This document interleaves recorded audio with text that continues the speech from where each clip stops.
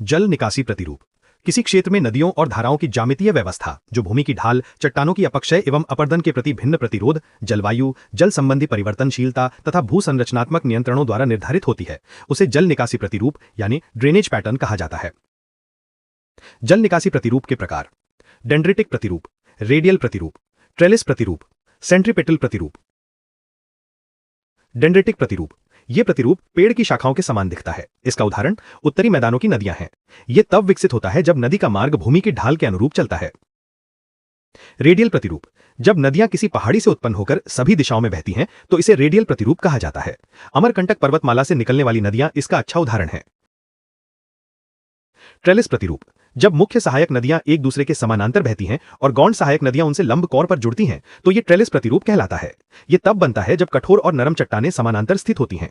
ब्रह्मपुत्र नदी के दाहिने तट की सहायक नदियां ट्रेलिस प्रतिरूप बनाती हैं, जबकि बाएं तट की सहायक नदियां डेंड्रिटिक प्रतिरूप दिखाती हैं।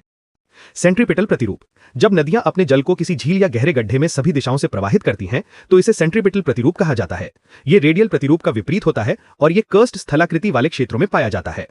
नोट: एक ही जल निकासी बेसिन में कई प्रकार के प्रतिरूप एक साथ भी पाए जा सकते हैं।